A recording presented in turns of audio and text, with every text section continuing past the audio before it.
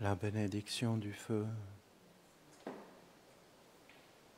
Que le feu soit honoré et béni, et que nous soyons tous dans le feu de l'amour. C'est certain, c'est un fait, c'est indéniable. Notre bien-aimée sœur Louisette a absolument transformé notre vie par sa mort. C'est un mystère vraiment touchant. Et l'enterrement de notre sœur Louisette est inscrit dans notre tradition, car c'est le premier véritable enterrement essénien. Ça paraît rien de dire ça, mais c'est tout un travail, une organisation, une détermination, un chemin pour arriver, en fin de compte, à prendre soin de chacun de nous. Pour moi, personnellement, c'est une victoire absolue, inespérée. C'est toute une partie de ce que je voulais faire dans ma vie qui se réalise à travers Louisette, car c'est exactement ça que je voulais faire. Je voulais prendre soin de Dieu, de la vie et suivre mon cœur. Et je pense que nous sommes les mêmes et que nous sommes identiques et que chacun de nous est précieux, vraiment précieux. Et Louisette nous montre beaucoup de choses d'une extrême beauté et d'une perfection. C'est ce que je pense réellement. Je sais que j'ai dit aux Esséniens et Esséniennes de s'organiser pour que dans tous les villages esséniens, ça soit possible. Mais je sais aussi que c'est un très grand travail. Car personnellement, j'ai quitté la France parce que c'était une très grande agression. Et vous pouvez le voir aujourd'hui. Ce n'est pas une agression qui était tournée spécialement vers les Esséniens. C'est une agression qui est tournée d'abord vers leur propre peuple et ensuite vers tous les croyants de toutes les religions et de tous, et même vers toutes les minorités. Et maintenant, ça se voit de plus en plus. C'est quelque chose qui est en progression parce que la vérité finit toujours par apparaître et que ces êtres sont en train de montrer leur vrai visage. Et que ce ne sont pas des êtres qui sont au service de leur nation et de leur peuple. Ensuite, j'ai quitté ce merveilleux pays du Canada parce que ce n'était pas possible d'enterrer Louisette, même si ça tient à pas grand-chose par rapport à la France. Au Canada, c'est possible. Simplement, c'est culturel. C'est les Canadiens eux-mêmes qui sont pris entre deux mondes. On est essénien, mais on ne l'est pas vraiment.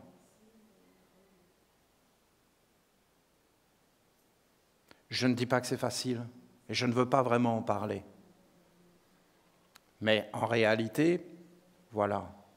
On me dit qu'en France, ils essaient de faire un cimetière dans la ville de Mont-Laur. Mais non, voyons. Est-ce que vous devez le faire? Oui, vous devez le faire. Mais pourquoi vous faites ça? Pourquoi vous le faites dans la ville de Mont-Laur? Ah ben c'est parce qu'on est obligé. Non, moi je ne vous parle pas d'être obligé de déplaire à Dieu. Vous n'entendez pas le message de l'ange. Ce n'est pas la crainte de l'homme. Moïse a dit qu'on devait craindre Dieu. Les chrétiens ont remplacé la parole de Moïse, le grand Essénien, en disant que c'est l'amour. Alors, ils ont développé l'amour de Dieu, ils se sont mis à craindre les hommes. Quitte à craindre quelque chose, crains Dieu et pas les hommes. Et obéis à Dieu et pas aux hommes. Voyons, soyons clairs, obéir aux hommes est stupide. Plaire aux hommes et déplaire à Dieu est stupide. C'est stupide. Oui, mais Olivier, comment c'est possible? Mais parce que, vous voyez, Louisette, elle nous le montre. Et maintenant, Louisette, bien, elle nous montre tout. Parce que Louisette, elle est dans le jardin de la lumière et du silence. Et qu'en réalité, elle a compris beaucoup de choses. Et ça éclaire maintenant. Ça éclaire, son expérience est claire. Que vous essayez de vous débrouiller, je le comprends et je l'accepte, je suis le premier à le faire. Mais en réalité, ça ne fonctionnera jamais réellement. C'est comme quand j'allais dans les pays communistes. Ils avaient peur de tout. Et on en est arrivé là, dans les pays européens. Et on essaie de se débrouiller. Mais ce n'est pas de se débrouiller, c'est que ça doit être légal. C'est que ça doit être la norme. L'amour, c'est la norme. Et il n'y a pas à se débrouiller avec les choses. Si on commence à se débrouiller, c'est que ce n'est pas net. C'est qu'en réalité, tu es déjà écrasé et qu'on peut t'appuyer dessus quand on veut. Voilà le monde qu'ils ont créé, qu'on a laissé créer, parce que dans le fond, c'est notre monde. Alors faire un cimetière essénien à Montlore, est-ce que c'est bien? Oui, c'est mieux, parce qu'au moins les Esséniens seront ensemble. Mais est-ce que vous entendrez Olivier vous dire c'est un enterrement essénien? Je vous dirais non.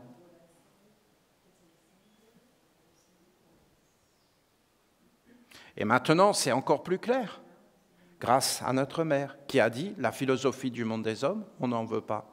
Donc ça veut dire que les hommes sont nos ennemis? Non, mais pas du tout, voyons. C'est qu'à un moment donné, il faut qu'ils arrêtent de débloquer et qu'il y ait la liberté à partir du moment où on ne fait de mal à personne. Dans la vie, il faut faire de mal à personne. C'est un idéal noble qui est contenu dans toutes les traditions vraies. Car nous, les Esséniens, nous ne reconnaissons que Dieu comme autorité. Et nulle autre autorité, oui. Mais alors qu'est-ce que Dieu? Mais Dieu a parlé à travers tous les peuples. Et tous les peuples le connaissent. Et si tu veux rencontrer Dieu, il faut aller dans le silence et dans le jardin. Et en réalité, c'est le Dieu des vivants, ce n'est pas le Dieu des morts. Qu'est-ce que ça veut dire, cette parole du Dieu des vivants et du Dieu des morts? Eh bien, le vivant, c'est quand tu vas dans le silence et dans le jardin, et le mort, c'est quand tu fais plein de bruit, plein de confusion. Et pourquoi? Mais parce que tu as peur. Et tu as peur de quoi? Mais de mourir.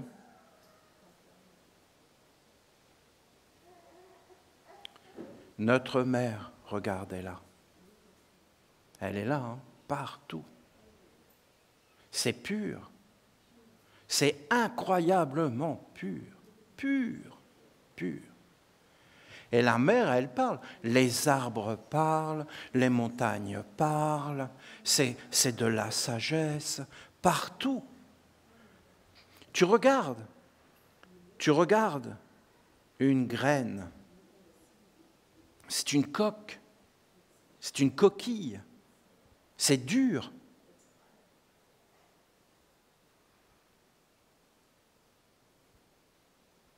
Et si tu la mets en terre, à l'intérieur, il y a le délicat. C'est lumineux. À l'intérieur, c'est lumineux. Et autour, c'est dur, c'est une coque.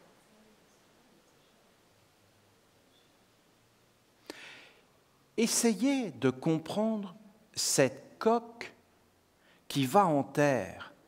Elle va mourir et disparaître. Vivez-le à l'intérieur. Soyez la graine. Elle va mourir, la graine. Elle vient d'un autre monde. Et elle est devenue dure. C'est pareil pour l'homme. Qu'est-ce qui se passe de cette coque, de cette coquille qui entre dans le sol? C'est l'intérieur. Ça vient de l'extérieur? Non. C'est où? À l'intérieur. Elle a besoin de quelque chose, d'un environnement conforme. Et après, ça germe. Ça peut durer longtemps. On a retrouvé des graines de 3000 ans, de 4000 ans, dans des tombes égyptiennes et esséniennes. Ils les ont pris, ils les ont mis en terre, elles ont germé. Il faut juste les conditions et ça se réveille. Ah, ça se réveille. Où? Mais en toi. Et essayez de regarder un enfant.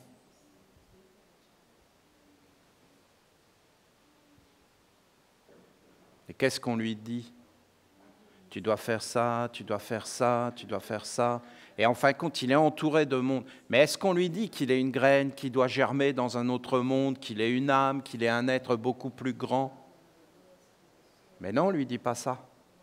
Et quand vous regardez tout ça, dans quoi on vit? Mais à la fin, c'est un stress, une peur, une oppression. Qu'est-ce que c'est d'être oppressé? Mais c'est d'être écrasé dans une terre sans germer, sans avoir d'issue. Donc en fin de compte, tu ne peux rien faire.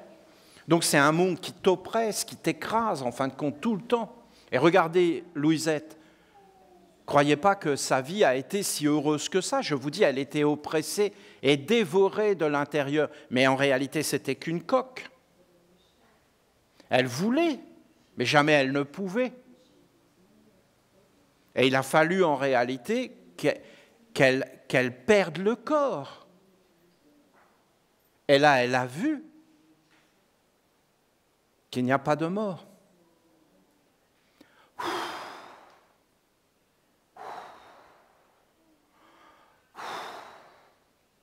Si on le voit avant,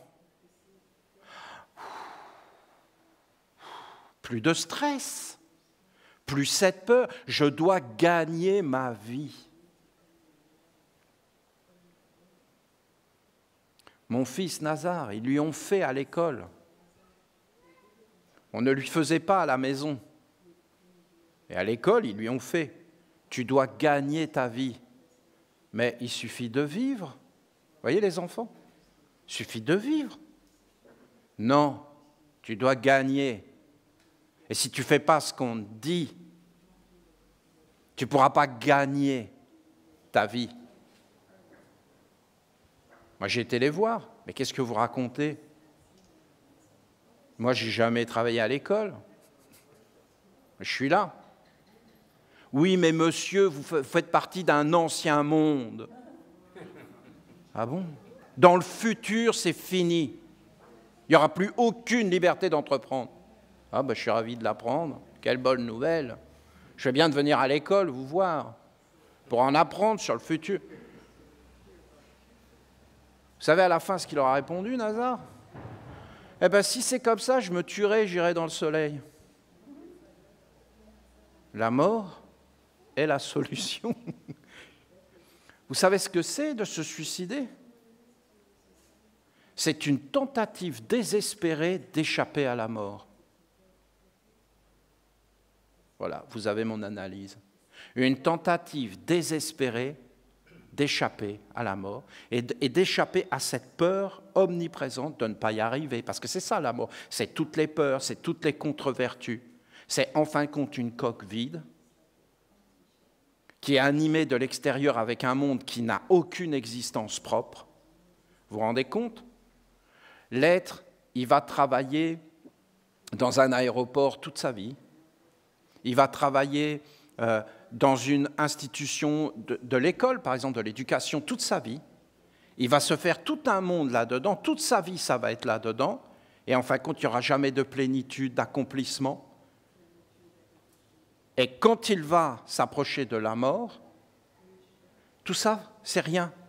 Ça n'a aucune existence, parce qu'il n'y avait que l'intérieur qui existait. Mais l'intérieur n'a jamais été éveillé. Parce que quand l'intérieur il est éveillé, eh bien tu es libéré. tu deviens une âme, tu vis beaucoup plus grand. Tu commences à te connaître toi, à savoir qui tu es réellement. Ah mais ça on ne veut pas en entendre parler, parce que c'est normal. Pourquoi? Mais parce qu'il y a beaucoup de mal qui est arrivé de cette idée de grandir dans des mondes un peu de l'au-delà. Il faut être préparé, il faut être bien instruit en réalité. C'est tout un chemin. D'ailleurs, regardez-le. Pour enterrer Louisette, un acte simple, un acte naturel, un acte vrai, au milieu de nous, avec sa famille, avec ses amis. Et nous avons réussi à créer une famille, parce que regardez tout l'amour que vous avez donné pour Louisette, de partout. Donc c'est des liens très forts que nous tissons par notre idéal commun, par nos yeux, par nos expériences, par tout ce que nous vivons.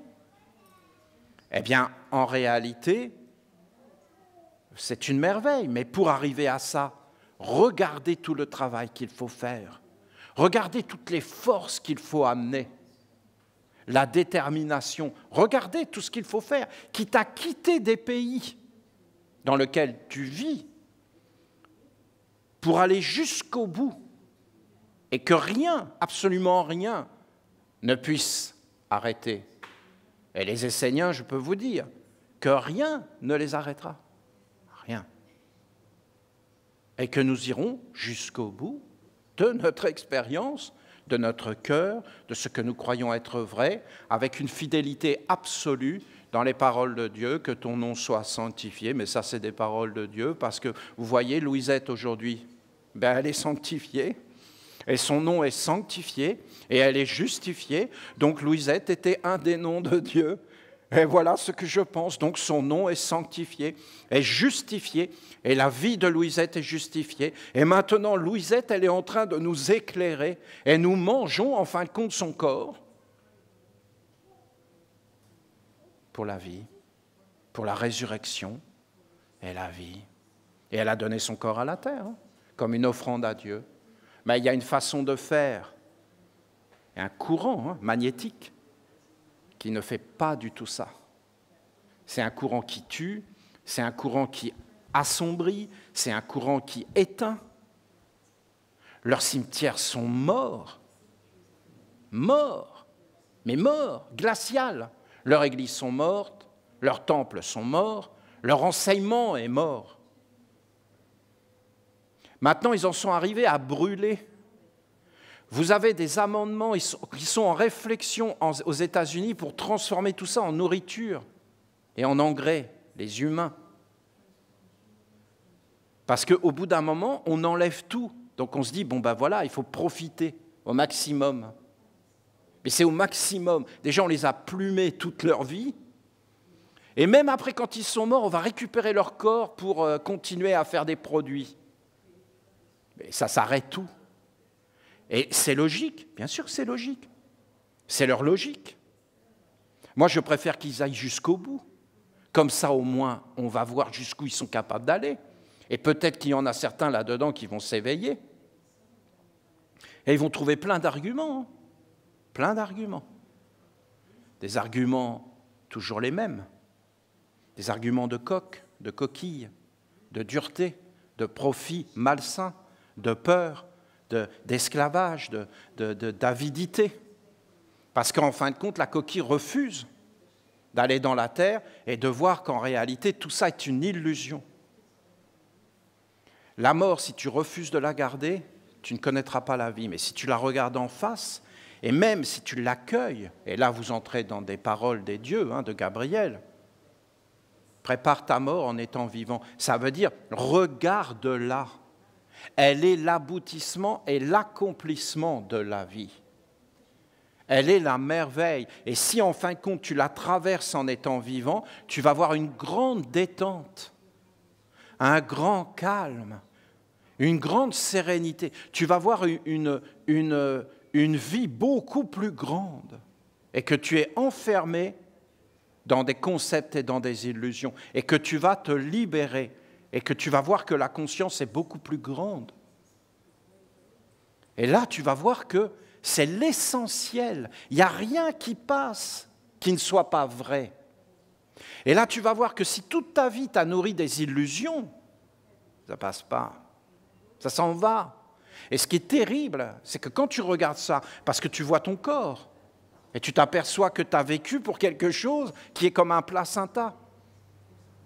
Ce qui aurait été une merveille des merveilles, hein, c'est que Louisette soit née essénienne dans nos villages et que nous ayons récupéré son placenta. Au Québec, ça aurait été possible grâce à Annie et Benoît.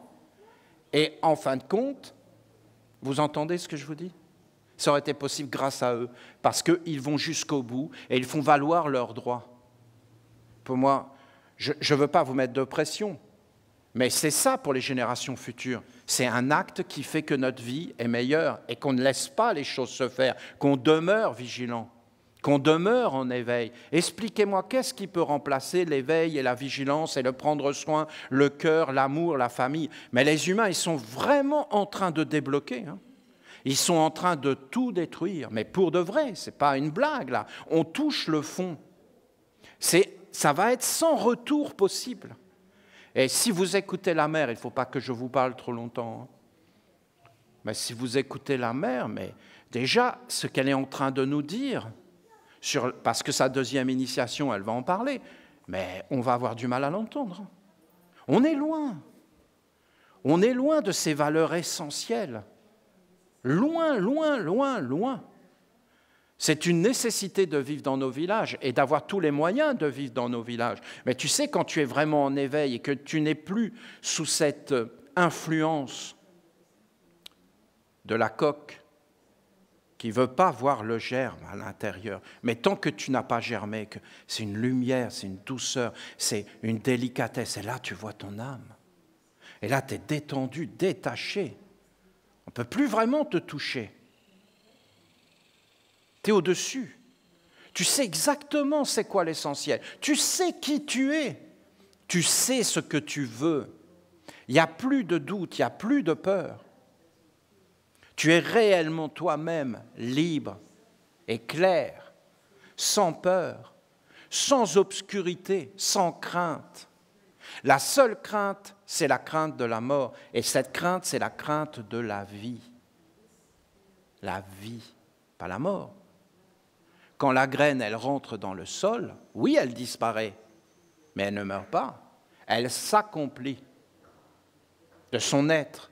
Mais si toute sa vie est fausse, si elle s'est fait peindre, elle a peint la coque, vous voyez une noix qui s'est fait peindre, elle est là, waouh, mes peintures sont trop belles, et elle passe sa vie à se regarder dans la glace. Oh. Ah ben là, c'est sûr que si elle va là, elle est mal, hein, parce que c'est un décalage total avec ce qui va arriver à l'intérieur et tout le processus, parce qu'elle va dans la grandeur, dans l'immensité, dans la royauté, dans la dignité. Les humains, ils disent dignité, c'est-à-dire ils prennent des noix, des noisettes, des châtaignes, ils écrivent dignité dessus, ils disent c'est ça la dignité, après ils écrivent harmonie. Mais non, mais c'est pas le Dieu des morts, c'est le Dieu des vivants. Laisse les morts enterrer les morts et suis-moi. Je suis la résurrection et la vie.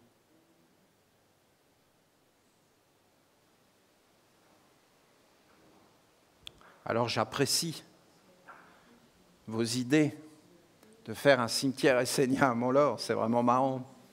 Vous êtes marrant. Et moi, vous savez, j'apprécie énormément l'humour et les comiques. Moi-même, j'essaye un peu d'aller dans ce sens-là. Donc que vous fassiez les comiques et les marioles me fait rire. Et j'apprécie, et vous me plaisez, j'ai envie de vous embrasser. Mais ça ne fonctionnera pas, d'accord ? Mais on aura rigolé. Et si vous arrivez à faire un cimetière essénien dans le village de Mont-Laur, je vous donne l'accréditation comique essénien. Mais ça ira pas plus loin, d'accord ? Ça ira pas plus loin. Et ce ne sera pas un enterrement essénien. Mais qu'est-ce que ce sera marrant ? Et l'étape suivante, ce sera un quartier essénien dans le village de Mont-Laur. Et si vous voulez aller plus loin, dans ce cas-là, là, ça va commencer à me plaire. C'est la mairie de Mont-Laur essénienne. Ah, premier village gaulois en France, résistant aux Romains. Hein, parce qu'il n'y a pas de Français dans ma tête, hein. Moi, c'est que des Romains avec des préfectures et des uniformes. Hein. Donc voilà, donc c'est des Romains. Je reviens en France. Tout de suite. D'accord? Un village gaulois en France, on va en parler dans le monde entier. D'accord? Parce qu'on dira non systématiquement en tant qu'élu. Et peuple élu, et maire élu, c'est énorme. Donc Mont-Laur sera village essénien. C'est possible. C'est possible. D'accord? En tant qu'élu du peuple, nous aurions tous les droits. C'est évident. Et ce serait vraiment marrant. Mais alors, quel bazar, d'accord? Vous voyez, on est loin de la sérénité et de la paix. On en est bien loin. On en est vraiment bien loin. Bien loin, bien loin. Et il faut vraiment y aller avec douceur parce que là, il y a des pleurs et des grincements de dents des deux côtés. Hein. Et là, la tondeuse à gazon, elle passe à l'intérieur. Hein. Là, le germe. Voilà, voilà. OK? Vous avez compris le message? Ça ne va pas être évident, cette histoire-là, je vous le dis tout de suite. Mais je ne dis pas que ce n'est pas possible, hein, avec du temps. Et d'arriver à faire accepter à la mère d'aller là-bas, peut-être avec des faux papiers, en passant par le Venezuela, et une fausse identité. Peut-être c'est possible, hein, qu'on arriverait à faire passer les frontières, la mer, dans nos valises, je ne sais pas comment faire. Hein. Voilà. Voilà.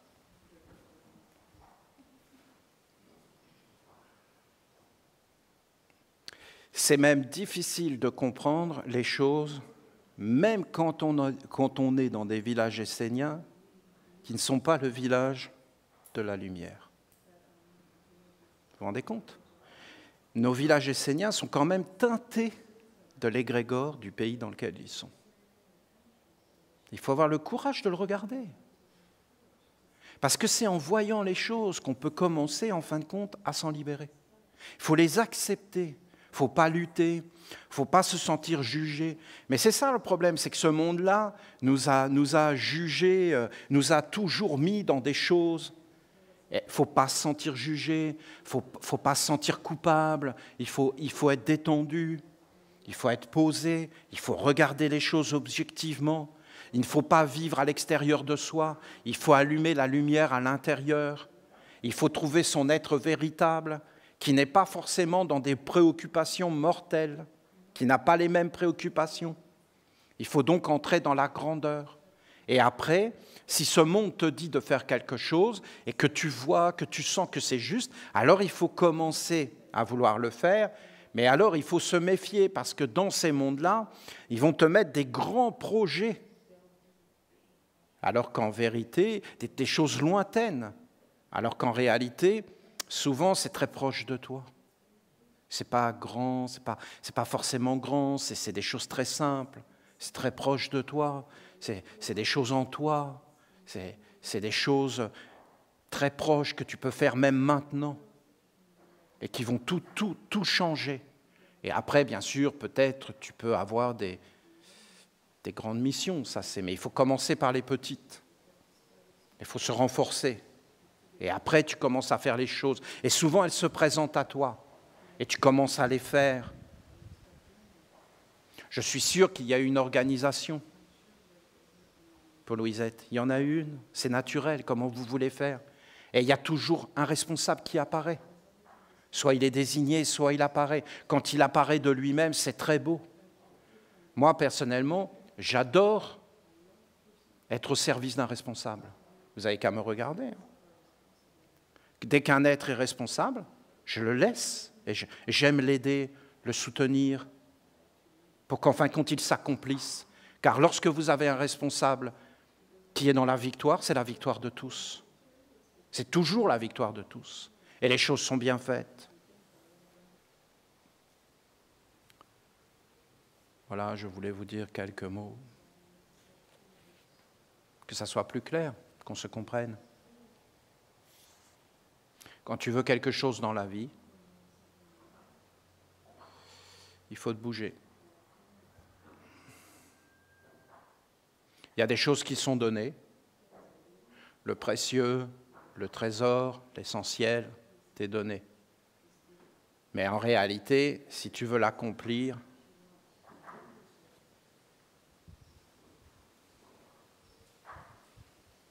si on voulait faire pousser des oliviers ici, on n'y arriverait pas forcément. Il n'y a qu'en Grèce et que dans le bassin méditerranéen. Il y a des choses qu'on peut faire dans des territoires, il y a des choses qu'on ne peut pas faire. L'érable ici, oublie ça. Non. Non, lui là, il érable, non, c'est pas, il ne va pas donner de sucre. Hein. Il n'a pas les conditions. Il faut les conditions.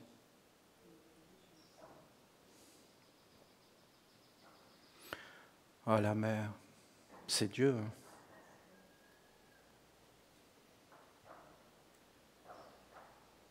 Oh, la mer, c'est quelque chose.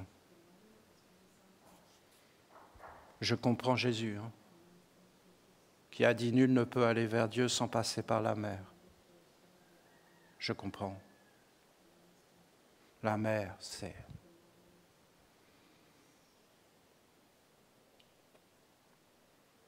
Elle est stricte, très stricte. Mais qu'est-ce qu'elle est?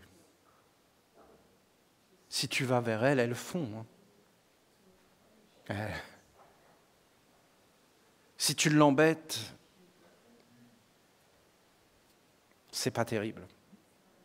Mais si tu ne l'embêtes pas, que tu dis « maman »,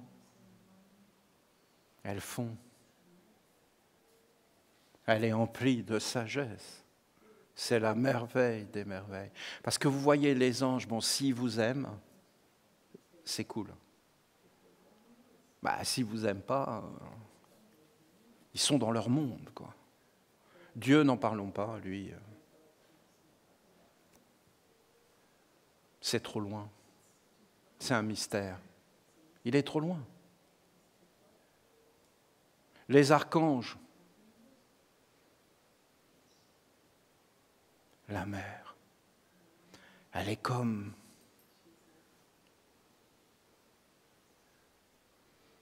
Si vous allez vers elle, elle veut aller. Elle va venir. Je vois bien comment elle est, je vois bien. Elle veut réellement. J'ai jamais vu un ange venir et te dire tu dois faire ça. Toujours libre. Ils ne veulent pas s'investir. Ils ne veulent pas prendre de risques.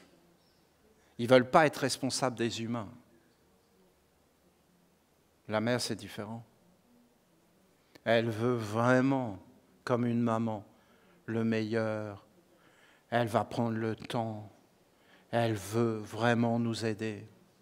Elle est vraiment dans la sollicitude, dans la générosité. Je souhaite vraiment que notre mère apparaisse sur cette terre. Vraiment, je le souhaite. Hein. Mes chers Esséniens et Esséniennes, voilà ce que je souhaite accomplir avec vous à travers ma deuxième initiation. Je veux renouer le lien vivant avec la tradition et veux reconnecter avec le grand fleuve de la vie dont l'eau passe intacte et pure à travers les générations.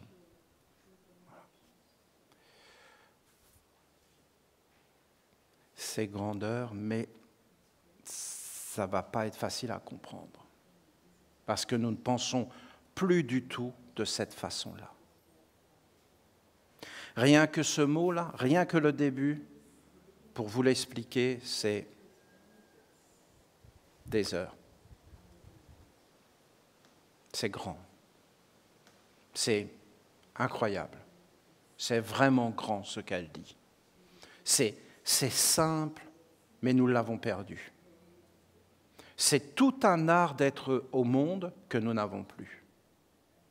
En fin de compte, nous sommes comme dans une folie collective de vivre dans l'instant présent, mais nous ne portons plus des valeurs universelles et nous ne les transmettons plus.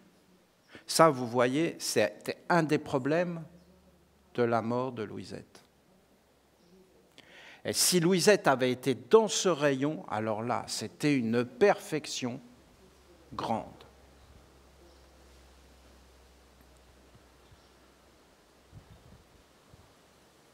Parce que pour aller vers ça, il faut en réalité que nous passions par le jardin et que nous soyons dans une expérience vivante d'être plus grande que la mort et la conscience d'exister dans le corps. Et que nous voyons que nous existons en dehors du corps. Vous avez un être à l'intérieur qui est né du corps. Mais vous avez l'être qui a fait naître le corps. Et vous avez l'être qui vit sans le corps. Et l'être qui vit sans le corps, c'est l'être qui a fait naître le corps. Et nous ne sommes pas du tout habitués à voir ces choses. Et ça change toute la vie. Ça change l'activité, ça donne du sens, ça donne de l'âme à tout ce qu'on fait.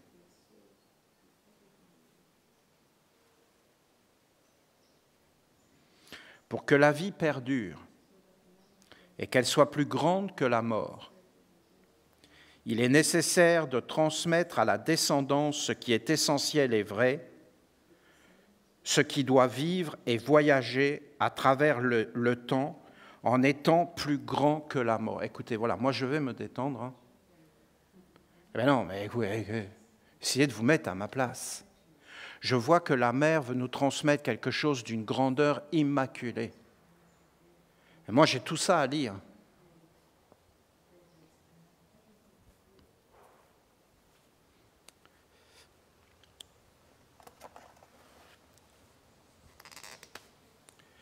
Vous avez la naissance, c'est un fleuve. Et vous avez les 3 pas, et vous avez l'individualisation où vous rencontrez vos parents. Là, vous rencontrez le père et la mère de votre corps physique. Et là, vous rencontrez le père et la mère de votre âme. Votre âme, ce qui vous anime, ce qui vous fait bouger, ce qui vous fait penser, ce qui vous anime. Ah, tu dois travailler pour vivre. Et ça y est, tu es animé. Et toute ta vie, tu vas travailler pour vivre. Mais vivre, c'est quoi? C'est vivre dans le corps, pas vivre dans l'âme. Voilà. Une fois que tu as été initié à ton père et ta mère, ici, dans cette première partie, tu es imprimé et tu vis une vie collective d'une eau qui t'est donnée. Parce qu'on ne te donne pas simplement le corps, on te donne le corps, l'animation, les sentiments, la pensée. Et là, normalement, avec la pensée, tu commences à voyager, tu rencontres les esprits qui sont derrière le corps, les génies qui sont derrière le corps, les égrégores qui sont derrière le corps, derrière le mouvement, derrière les sentiments, derrière la pensée. D'accord ? Et là, tu rencontres le Père de ton âme. Qui tu es réellement ?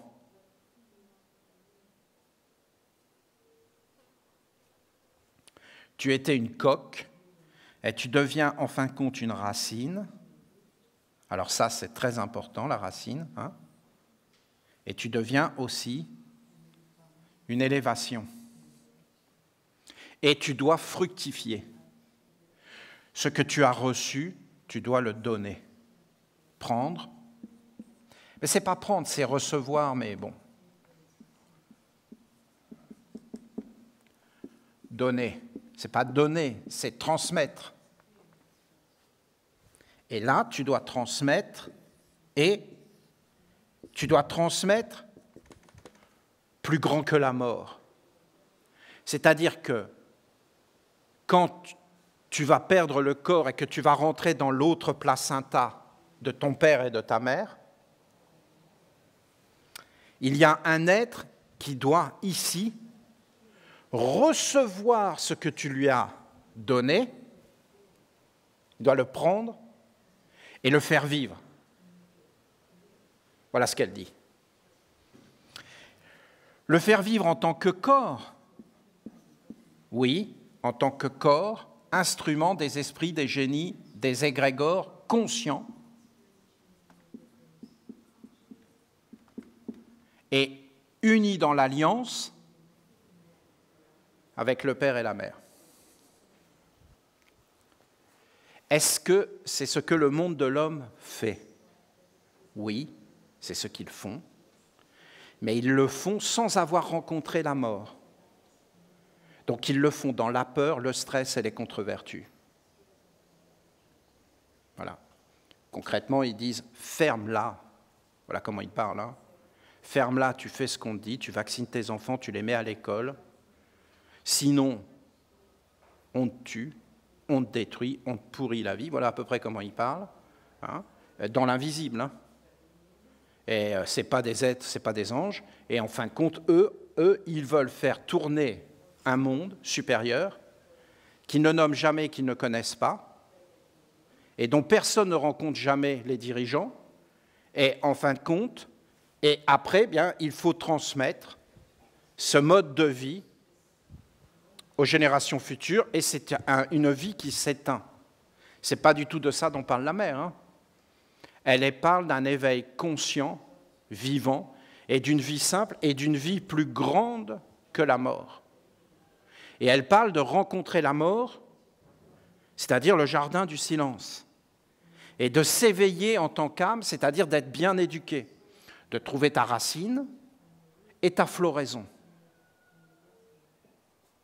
Voilà. Vous avez le travail qu'on a à faire hein, et à mettre en place, comme on a mis en place l'enterrement de Louisette.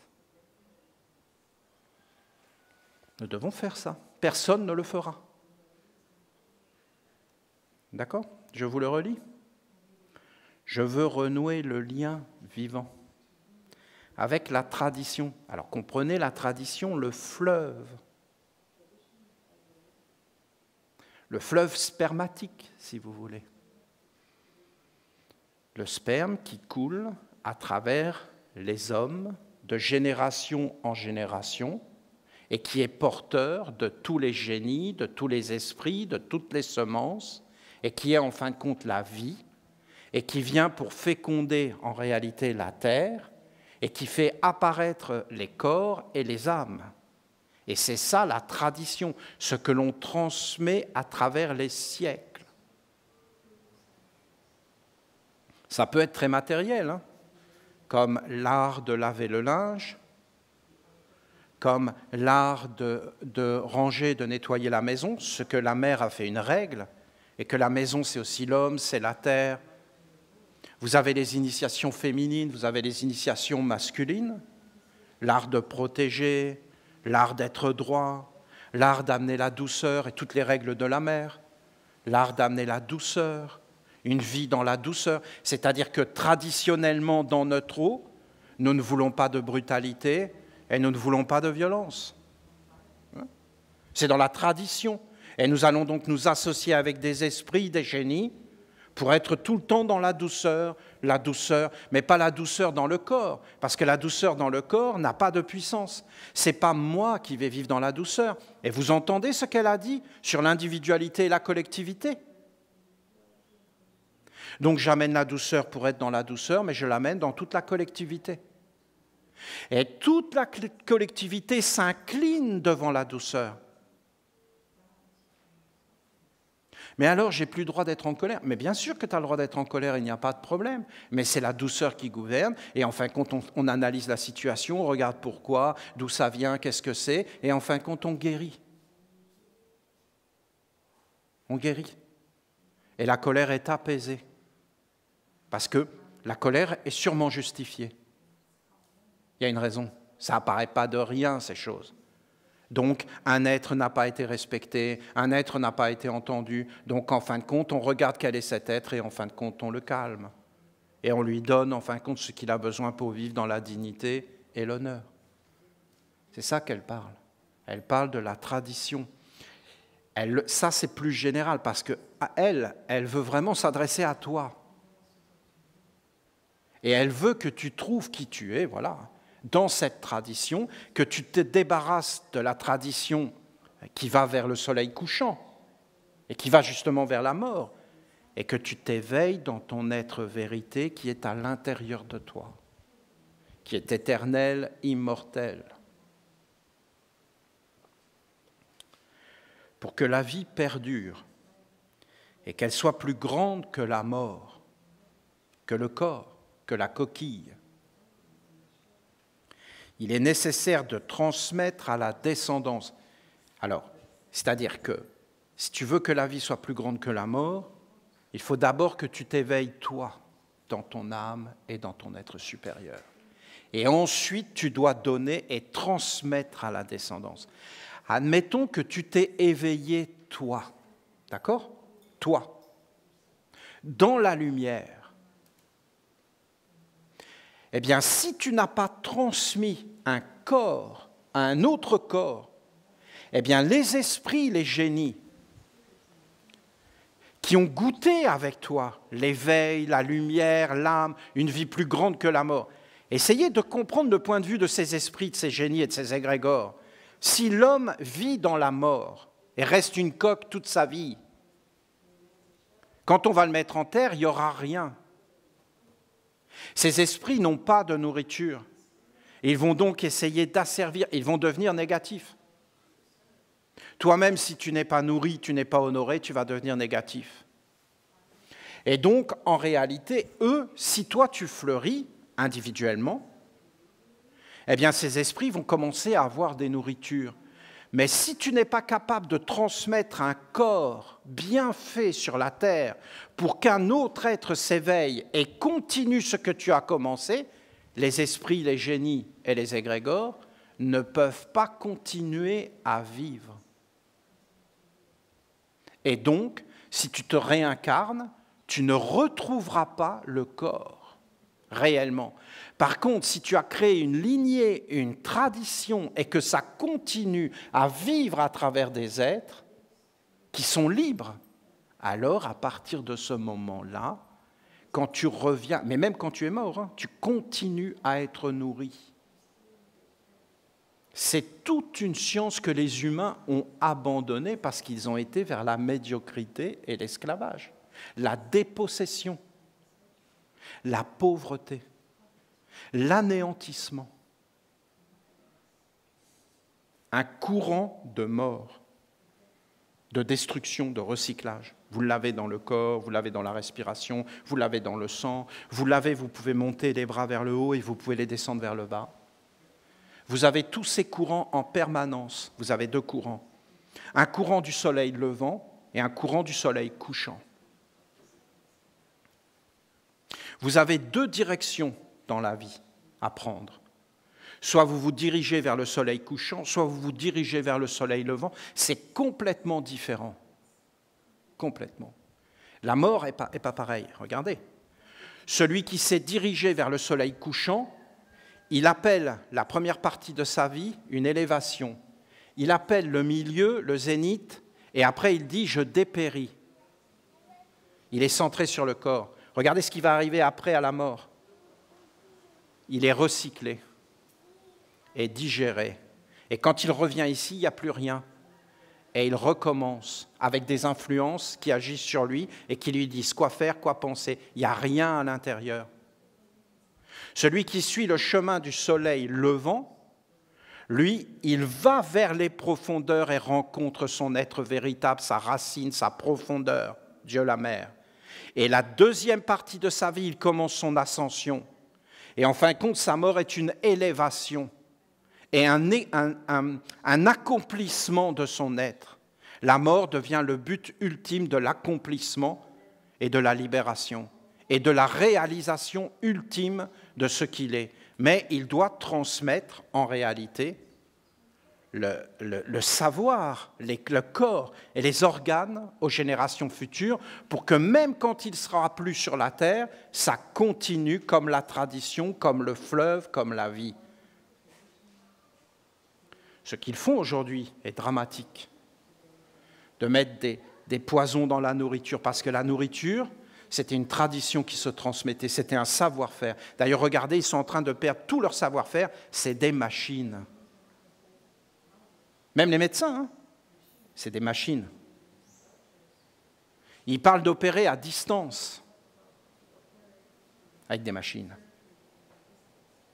C'est une intelligence artificielle qui est en train de remplacer l'homme. Elle est où la transmission? Elle est où le savoir-faire?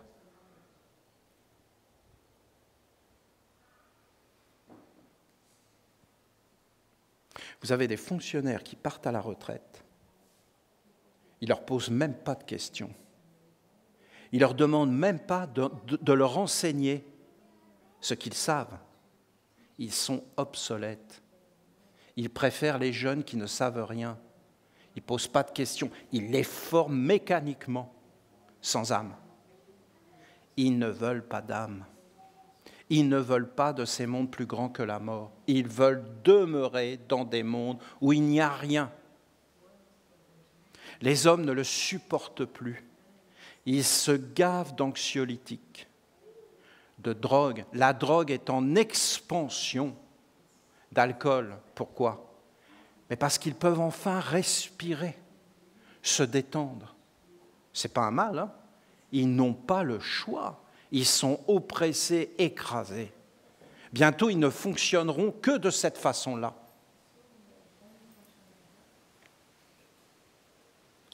Pour que la vie perdure et qu'elle soit plus grande que la mort, il est nécessaire de transmettre à la descendance ce qui est essentiel et vrai, ce qui doit vivre et voyager à travers le temps, en étant plus grand que la mort. Il y a l'immortalité qui s'acquiert par une conscience supérieure, mais il y a aussi celle qui doit voyager à travers le grand fleuve du temps, comme la barque du soleil qui porte les divinités.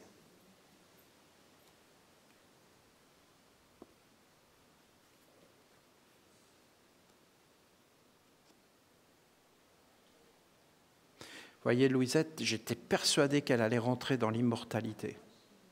Mais là, je commence à douter, parce qu'elle-même est tellement heureuse, elle est tellement bien, qu'elle est en train de vouloir continuer à vivre. C'est pas facile, hein? Pas facile de prévoir. Et ça sera parfait. Ça veut dire qu'elle va sûrement se réincarner. Mais je ne sais pas là. Vous voyez, je ne sais pas ce qui va se passer. Et de toute façon, à un moment donné, il n'y a plus besoin de regarder. C'est ses choix à elle. Et nous n'avons pas à regarder ces choses et à intervenir, vous comprenez?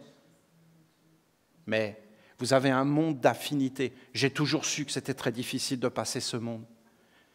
Et là, vous êtes dans une perfection, vous rencontrez la perfection. Mais c'est encore en réalité des idées qui venaient du corps. Mais vous avez le monde des anges et vous n'êtes plus un être humain. Mais il en faut des expériences et des expériences pour arriver à accepter.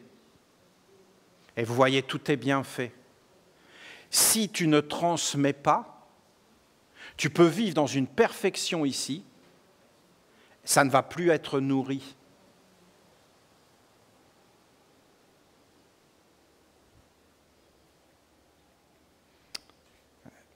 Et donc, quand tu vas revenir, il n'y aura personne pour te donner le corps qui te permet d'être qui tu es, en affinité totale. Chaque Essénien,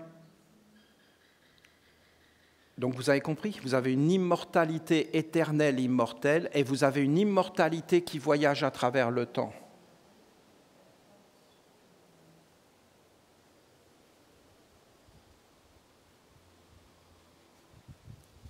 Nous sommes une grande victoire dans cette mémoire. car nous sommes réellement la réincarnation de notre père Enoch. Enoch, je prononce son nom à travers les éthers. Et Enoch est en train de prendre un corps de nouveau, avec toute sa mémoire. Et nous sommes en train de ressusciter. Et tous les grands prophètes étaient des fils d'Enoch, vous pouvez le voir. Ils étaient tous dans sa lignée, et dans son courant, et dans son nom. C'est une lignée royale. En réalité, on devrait faire vivre Dieu et le roi, la reine, la royauté de Dieu sur la terre, et donner nos corps de métier, nos corps d'activité à Dieu. Et faire apparaître Dieu dans tous nos actes, dans la bonté, dans les choses bien faites, dans les choses pures, nobles. Et en réalité, nous nourrissons des bons esprits et pas des mauvais. Parce que les bons comme les mauvais se transmettent aux générations futures. Transmettre ce que tu as reçu à un autre afin que cela puisse continuer à vivre en lui fait partie du chemin de la vie plus grande que la mort. Avant, chacun devait choisir un héritier afin de transmettre ce qui doit perdurer et vivre. Il ne s'agit pas de transmettre ce qui n'est pas vécu et vrai, comme le fait aujourd'hui le monde des hommes, mais ce qui a une valeur universelle, éternelle, immortelle et qui est essentielle. Pour ça, je vous dis que d'une certaine façon, cette initiation n'est pas facile. Parce qu'en réalité, tu vas être placé devant toi, et là, tu vas être obligé de voir qu'est-ce que tu transmets. Toi. Mais dans le fond, tu vas t'apercevoir qu'en réalité, tu n'as rien travaillé par toi-même.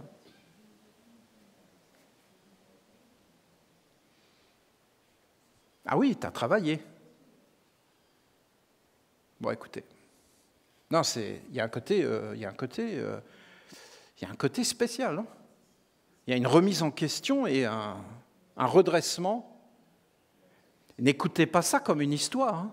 C'est réellement toi qui dois transmettre quelque chose et tu dois savoir quoi. Tu dois le nommer et tu dois le donner. Et ce n'est pas sûr qu'il y ait des gens pour accepter que tu leur transmettes quelque chose parce que les gens sont occupés. Hein. Et ils ont plein de choses à faire. Ils n'ont pas de place. Ils ont la tondeuse à gazon à passer toute la journée.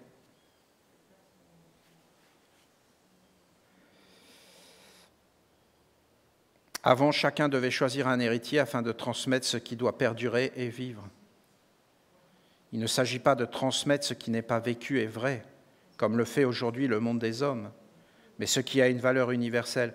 Mon arrière-grand-père m'a transmis une espèce de bonté, mais il l'a fait inconsciemment. Il ne m'a pas regardé, voilà Olivier, je te transmets au nom des esprits, des génies et des égrégores de mon père et de ma mère, je te transmets la bonté. Prends soin de cet héritage, garde-le vivant. Ah ben alors là, vous voyez le truc ?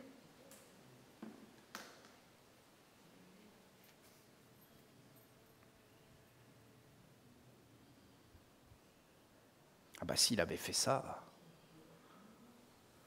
Non, mais il en était inconscient. Il n'était pas conscient. Il ne savait pas qu'il y avait des esprits, il n'avait pas compris, il ne connaissait pas les lignées, ni les traditions, ni toutes ces choses. Il avait perdu son nom, sa noblesse. Son nom ne voulait plus rien dire. Il n'y avait plus de noblesse, il n'y avait plus de royauté. Au nom de la République. C'est ridicule, ils sont ridicules. Ces êtres ont tout détruit, c'est juste du fumier, qui a un mauvais fumier, vous voyez, trop d'acidité.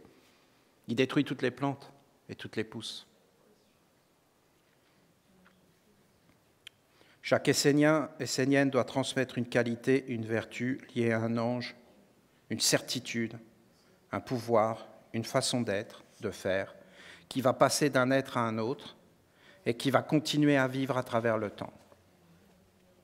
C'est toi qui transmets et c'est toi qui vis à travers la personne à qui tu as transmis. Et la personne à qui tu as transmis accepte que c'est toi qui vis. Mais je veux vivre ma vie. Moi? Ah bon? Parce que ce n'est pas l'ovule de ta grand-mère. C'est même pas l'ovule de ta maman, c'est l'ovule de ta grand-mère qui t'a donné la vie. Alors arrête tes illusions et accepte de porter une lignée, un travail et d'être un héritier.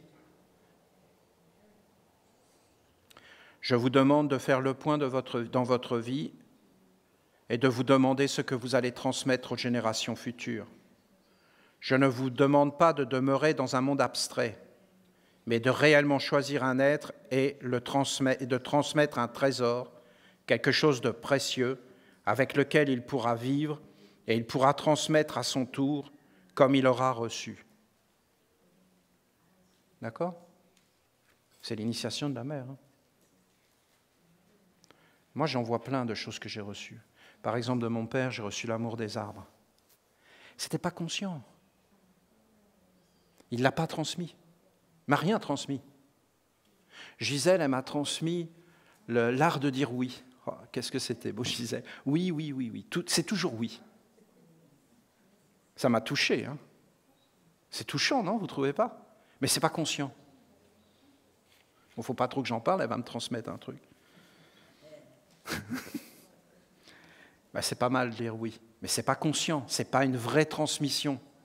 Avec les esprits, les génies, les égrégores, c'est quelque chose qui est la vie. Hein? Vous en voyez, vous, des choses que vous avez reçues? Regardez, ce n'est pas forcément conscient. Dites-vous, si demain je devais mourir, qu'est-ce que je pourrais transmettre? Je ne vous parle pas d'une valeur matérielle, mais d'un trésor spirituel, subtil, invisible, réel, qui peut être reçu et qui pourra être retransmis à travers les âges. La nation essénienne doit devenir une tradition vivante qui doit être transmise avec force, conscience et détermination. De chaque Essénien, Essénienne doit naître une lignée vivante et consciente à travers les âges. Chez vos ancêtres, ce savoir était naturel, nos ancêtres esséniens. Un être faisait une alliance avec un ange et il recevait en lui un savoir, une vertu, une qualité, une force, une façon d'être.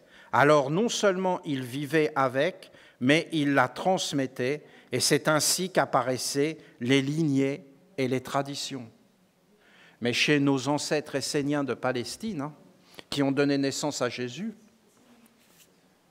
c'était vraiment des anges. Des anges. Ils avaient des noms d'anges. Et ils transmettaient des savoir-faire d'anges. Jusque dans le plan physique. Vous avez ça dans l'évangile des chrétiens, que l'archange Gabriel annonce à Marie qu'elle va tomber enceinte. Parce que l'archange Gabriel, c'était toutes les naissances, les fécondations, donc la sexualité. Tout ça, c'était l'archange Gabriel. Et donc, en réalité, c'est un humain qui lui parlait. Mais c'était l'archange Gabriel, l'humain. Parce qu'il parlait au nom de l'archange Gabriel. Et il disait les paroles et l'enseignement de l'archange Gabriel. Donc, l'archange Gabriel vivait sur la terre à travers des instruments qui lui étaient consacrés. Et il se transmettait ce savoir de génération en génération pour que l'archange Gabriel soit toujours vivant. Écoutez la parole de Jésus, ce n'est pas le Dieu des morts, c'est le Dieu des vivants. Il était vivant dans Abraham, Isaac et Jacob.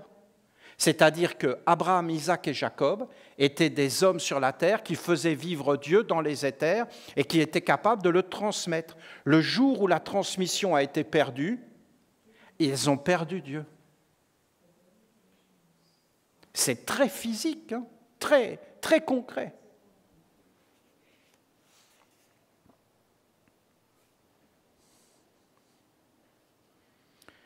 Vous devez retrouver ce savoir, cet état de conscience, et le mettre en mouvement en mon nom, à partir de votre source intérieure. Vous, les Esséniens et Esséniennes, vous êtes les héritiers d'une ancienne, très ancienne tradition, dans laquelle il y a des symboles, des écritures, des savoirs que vous vous efforcez de ressusciter. C'est très facile, très facile. Vous dites, je suis un Essénien, une Essénienne. Ils vont tous vous écouter. Très facile. Ils vont tous vous écouter. Et vous dites, je veux ça, ça et ça. Et si c'est conforme à la tradition essénienne, vous dites à des êtres négatifs, je suis un Essénien, une Essénienne, s'ils voient que c'est vrai, que tu le dis vraiment, que tu es sincère, qu'il n'y a aucun trouble en toi, qu'il n'y a rien en toi qui appartient à eux, qui peuvent revendiquer, mais ils te laissent tout de suite. Parce qu'eux, ils savent que Enoch n'a aucun ennemi. Que Enoch a travaillé pour le bien de tous les êtres, sans condamnation, sans jugement, sans enfermement. Que Enoch a dit, moi je suis un serviteur de Dieu, je ne suis pas un juge, je ne suis pas Dieu. Et je suis pour le bien de tous les êtres car je suis un médecin, un thérapeute. Un vrai médecin ne juge pas le malade, il essaie en fin de compte de le soulager et de l'emmener vers la guérison. Il ne s'occupe pas de ces choses. Il n'a pas d'ennemis. Les Esséniens de demain doivent être éduqués en conscience et la transmission doit avoir lieu de façon à ce qu'ils portent les valeurs que vous avez ressuscitées, qu'ils vivent avec et les transmettre à leur tour dans la force, la clarté et la détermination. Votre lignée doit être remplie de sagesse, de noblesse, de beauté, de grandeur d'âme et de divinité. Chacun, chacune de vous doit prendre une partie du savoir des Esséniens et le transmettre dans un savoir-faire efficace et vivant. Et pour le transmettre, il faut avoir un corps. Hein. Vraiment, tu ne peux pas transmettre quelque chose que tu n'as pas vérifié, que tu n'as pas vécu, dont tu n'es pas sûr, que tu n'es pas capable d'incarner. Sinon, tu transmets le faux. Tu dois transmettre une perfection. C'est une noble façon de vivre qui plaît à Dieu et qui porte chance. Cultivez l'idée d'une lignée royale, familiale et transmettez ce qui est noble afin de sauvegarder et de faire perdurer. Vous comprenez mieux maintenant ma vision, par exemple, de la mort de Louisette? Vous comprenez mieux maintenant pourquoi je me réjouis et que cette mort a plu à Dieu? Est-ce que vous voyez la victoire de tout un peuple, de toute une nation qui a amené une nouvelle façon de naître au monde et maintenant on peut la présenter devant les esprits parce qu'on l'a réellement fait et bien fait. Vous comprenez? Bien fait, bien fait. Bien fait, ça veut dire il n'y a pas de compromis. Bien fait. Bien fait, c'est bien fait. On ne va pas dans le sens de quelqu'un qui veut mal faire. Et si quelqu'un vient nous dire non, non, il faut mettre du béton, eh bien on dit non. Non. Et s'il nous force à le faire, et s'il a l'autorité pour le faire, on va ailleurs.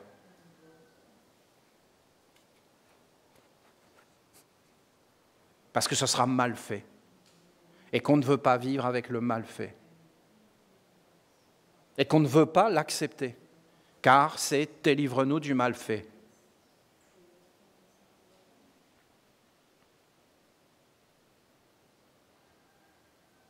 C'est grandiose. Hein? Si demain, il y a une deuxième, non mais prenez votre temps. Hein. Et voilà, eh bien, ça s'inscrit, il y aura un savoir-faire. Vous comprenez? On le transmet, mais c'est tout un monde. Hein? C'est tout un monde d'arriver à faire ça.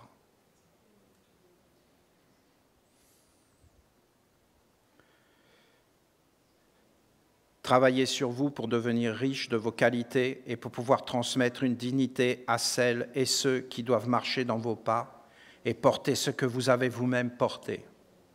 Éveillez-vous, car ce que je vous enseigne est maintenant perdu. Et même les religieux, les traditionnalistes et les nobles, la royauté n'ont plus rien de divin.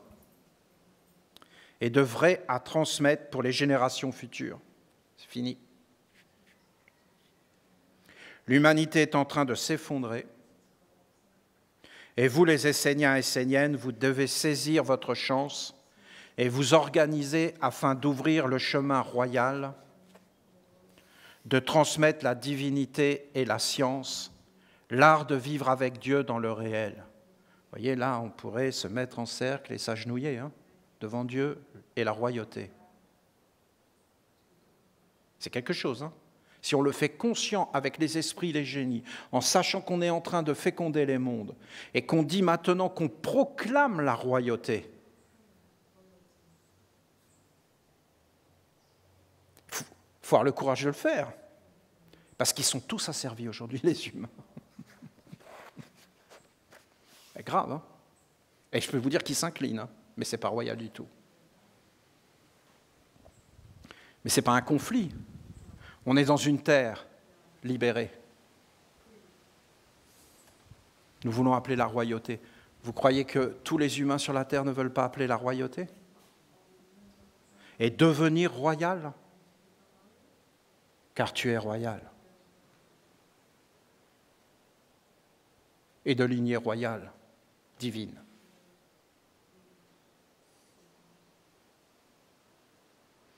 La philosophie gouvernante du monde des hommes, animée par la lumière morte du monde extérieur, a isolé les humains et les a coupés du savoir qui vivait et qui devait passer et perdurer à travers les générations. Avant, ce qui était précieux était gardé vivant dans des écoles de sagesse et de transmission. Les hommes et les femmes préservaient leur savoir et le transmettaient afin que les esprits, les génies et les égrégores demeurent vivants dans l'alliance avec les mondes supérieurs. Ainsi, les hommes pouvaient retrouver à travers leur voyage ces mondes et garder leur intelligence, leur mémoire et leur capacité partout où ils devaient aller. Le corps lui-même, avec tous ses organes, était lié à des connaissances des vertus des divinités qui suivaient l'âme à travers ses différentes incarnations. Si la nation essénienne est venue jusqu'à vous et vous a éveillé, c'est à cause du puissant travail de certains de vos ancêtres qui ont vivifié des esprits, des génies et des égrégores en les associant à des organes, à des symboles et à des méthodes. Ce savoir a traversé les âges et il est venu jusqu'à vous afin que vous le vivifiez de votre vie et de vos organes. Cela ne doit plus s'éteindre et vous ne devez pas être passif comme vous le suggère la philosophie du monde des hommes, mais être actif dans les mondes subtils pour transmettre la vie. Vos ancêtres ont transmis le savoir de la prière, de l'adoration, de la naissance, de la mort, du travail, des plantes, de la santé, de la famille, de l'argent, mais aussi de la tolérance ou tout simplement une qualité d'être. En voyant un homme ou une femme, il était possible de dire de quelle lignée il était.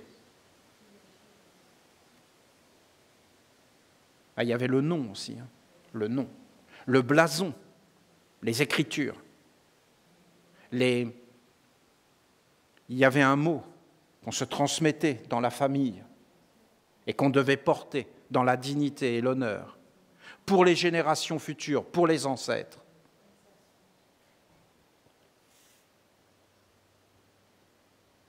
Ces lignées royales liées à la divinité ont duré pendant très longtemps. Ce savoir est mien. C'est-à-dire que ce qui est dit là, c'est la science, la sagesse de Dieu la Mère. La terre, le maïs, le blé, les oranges sont dans des lignées. Et elles font vivre un monde à travers le temps sur la terre. Un monde qui est beaucoup plus grand. Mais sur la terre, pour vivre, ça doit être transmis. Sinon, ça ne vit pas. Nous sommes dans une époque d'extinction d'espèces.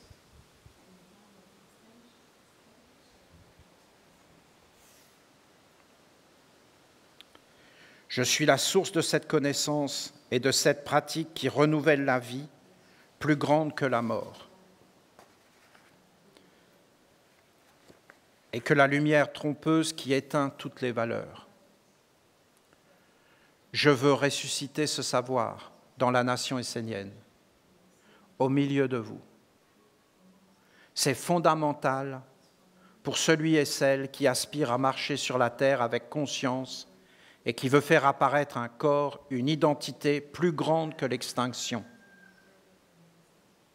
Si tu as transmis une valeur qui est portée après que tu sois mort, tu es nourri de cette valeur dans les mondes invisibles si tu veux te réincarner sur la terre. Si tu ne veux pas te réincarner sur la terre et si tu as la possibilité de ne plus le faire, comme Louisette a cette possibilité, eh bien en réalité tu vas dans le monde des anges. Mais ce n'est pas si simple, car nous voulons vivre sur la terre. Et bien souvent nous choisissons le chemin de la réincarnation. Pour de multiples raisons.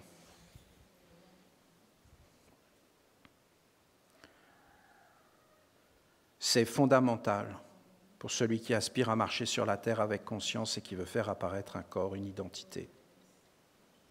Bien sûr. Parler d'immortalité sans la mise en pratique de cette sagesse est illusion. Il existe une immortalité de l'âme innée, mais il existe aussi une immortalité dans l'âme terrestre, et c'est par la tradition et la transmission qu'elle apparaît. Lorsque l'âme terrestre quitte le corps mortel en ayant transmis son capital,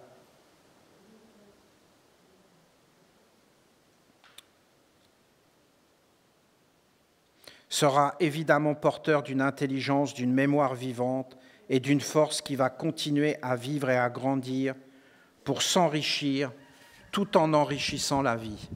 Voilà, c'est ce que je vous ai dit. Si tu as transmis, ça continue à grandir même quand tu n'es plus sur la terre, et quand tu reviens sur la terre, on te redonne l'héritage augmenté.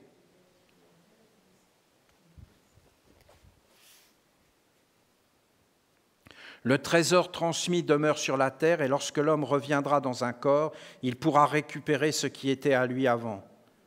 Au mieux, ce corps aura évolué et grandi en force, en sagesse et en richesse. Au pire, il récupérera ce qu'il a laissé au moment de la transmission.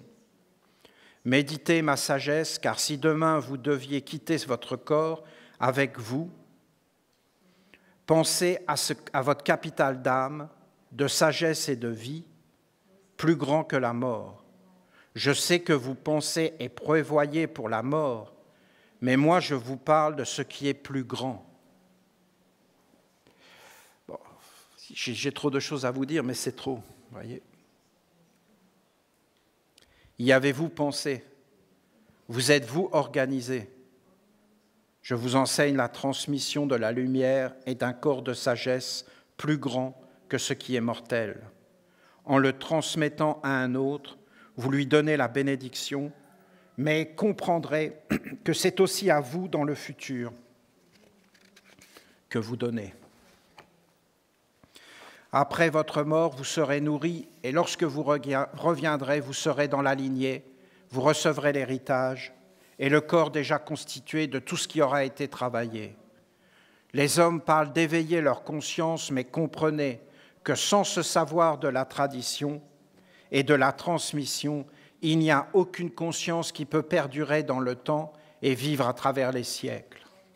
Si aucun corps n'est préparé par une lignée, alors l'âme, aussi lumineuse soit-elle, ne pourra trouver un corps qui lui corresponde et qui aura les organes et les qualités lui permettant de se manifester.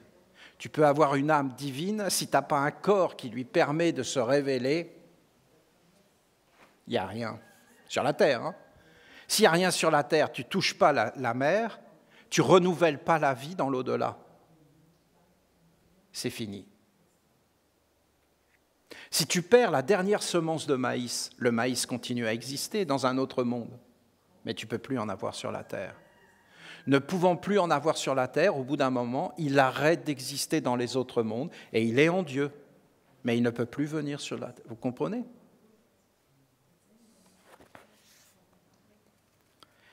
Si aucun corps n'est préparé par une lignée, alors l'âme aussi lumineuse.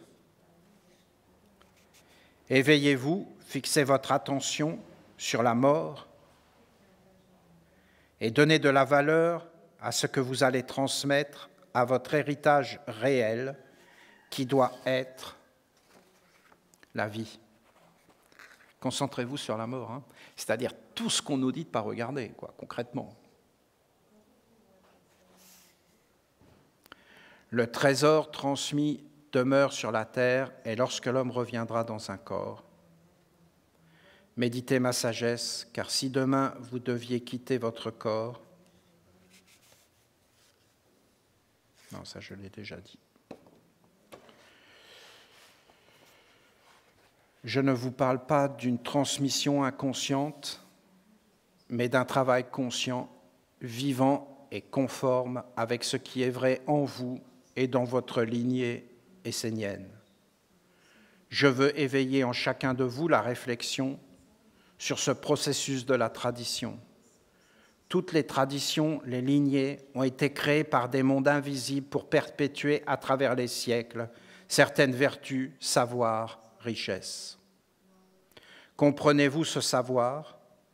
Et si vous n'y avez jamais pensé, alors je vous dis, c'est le moment de le faire et de vous approcher de moi, de mon école, afin que j'éveille en vous cette lumière d'immortalité lors de ma deuxième initiation.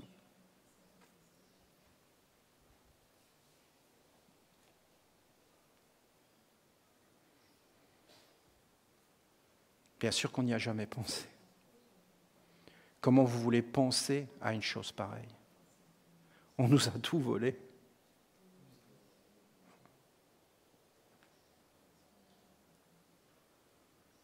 On n'a plus rien à donner à part des choses matérielles qui s'en vont comme ça. Et alors le système mis en place, bon écoutez, on ne va pas en parler. Mais vous avez des voleurs à toutes les étapes. C'est grandiose, les voleurs. Parce que même si tes parents te transmettent une maison, ça devient compliqué. Les héritages sont compliqués. Et à la fin, vous avez tous les aides qui sont là, qui s'occupent de tout. Puis à la fin, tu ne reçois rien, concrètement. Et tout s'efface. Et à la fin, tu ne les portes plus en toi. Vous imaginez que mon arrière-grand-père m'aurait transmis la bonté? Il me l'a transmis, je l'ai vu en lui. Mais il ne me l'a pas transmis. S'il me l'avait transmis, je vivrais avec lui tout le temps.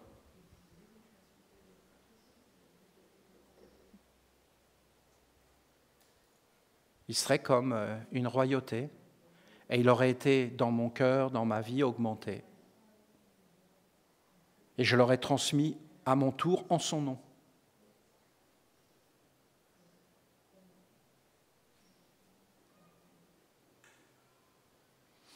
C'est une belle façon de vivre sur la terre. La bonté, la douceur, l'honnêteté chez nos dirigeants. Vous croyez qu'ils se la transmettent, l'honnêteté? Mais t'es con, quoi.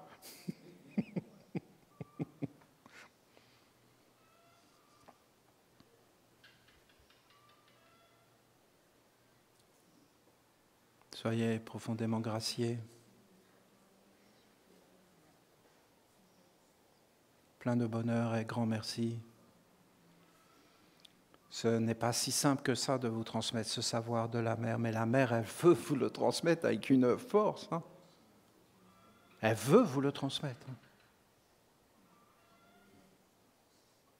J'ai insisté parce qu'elle est là et elle pense qu'elle ne va pas y arriver. Alors j'ai voulu un peu la réconforter et lui dire « T'inquiète pas, maman, je suis là. Et je vais mettre...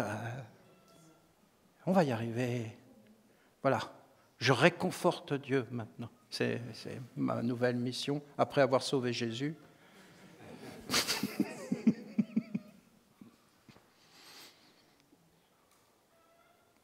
Un grand merci, vraiment. Grand merci. Quel bonheur, le jardin de la lumière. Inespéré, grandiose. C'est additif.